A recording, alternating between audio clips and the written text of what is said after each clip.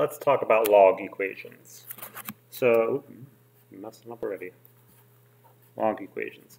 Exponential equations are equations where you have a variable in the exponent. Exponential, exponent. Log equations are equations where you have a variable in a log. So, let's start off with, I guess I'll do number 12 from your worksheet as an example.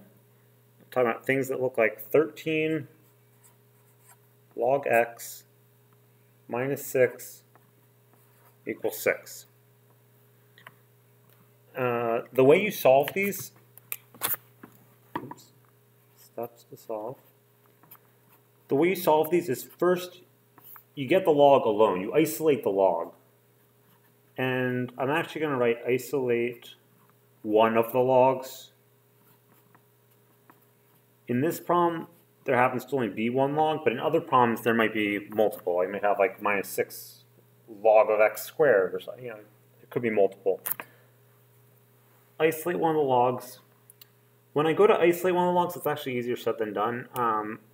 2 points I want to make about that are, one, that there shouldn't be a coefficient in front of the log. Yeah, if I add 6, then I'm going to have 13 log x. That still isn't isolated. I need just log x. So no coefficient in front of log. Not no coefficient. There's always a coefficient of 1. You know, coefficient of 1 in front of the log, but the way it's going to look is no coefficient. The other thing is, so isolating it, I could do it with algebraic manipulation. I also can do it with log properties. Sometimes it's going to be useful to use log properties to isolate the logs. Maybe if I have 2 logs, condense it down to 1 log, and then that log will be isolated all by itself. It's kind of a game. Either one works. Sometimes if you're able to do algebraic manipulation or condense, probably algebraic manipulation is the one I'll suggest, but sometimes you just have to play with it and see which one takes you down a better path. So I'm going to say sometimes you have to use log properties. You really, when you say you have to use log properties, it's mostly condensing. The quotient property and the product property. The one where log minus log turns into log of a fraction, or the one where it's log plus a log turns into log of a product. So I'm going to say sometimes have to condense. I'll just leave it at that. Just sometimes you have to use your log properties. So for this one, step 1, I isolate one of the logs. I'm going to get log x by itself. I'm going to add 6 to both sides, which makes 13 log of x equals 12. I'm going to divide both sides by 13. Log x equals 12 over 13. And okay, I did it. Step 1, isolate one of the logs. Check. Step 2 now, so I need x equals. That's the goal. When I say solve, I'm talking about get to x equals. So I need to get rid of this log thing. I'm going to do the thing that cancels out logs. What cancels out logs is exponentiating both sides. I'm going to do both sides. I'm going to use as exponents in my next line. I'm going to cancel the log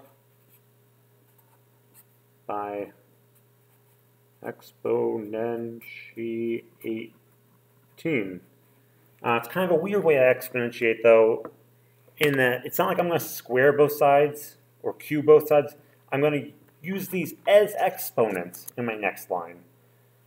I'm going to do like 3 to the this equals 3 to the this. I'm not going to use 3, though. What I use is based on the base of my log. Here I don't have a log base. When there's no base, it means it's 10. Log with no base is common log. Another word for common log is it's like the OG log. If you ever read like academic papers, sometimes they'll call it common log, and sometimes they'll say I use the OG log to calculate the derivative. So either one works. In class, if you say the OG log, that sounds very academic and professional.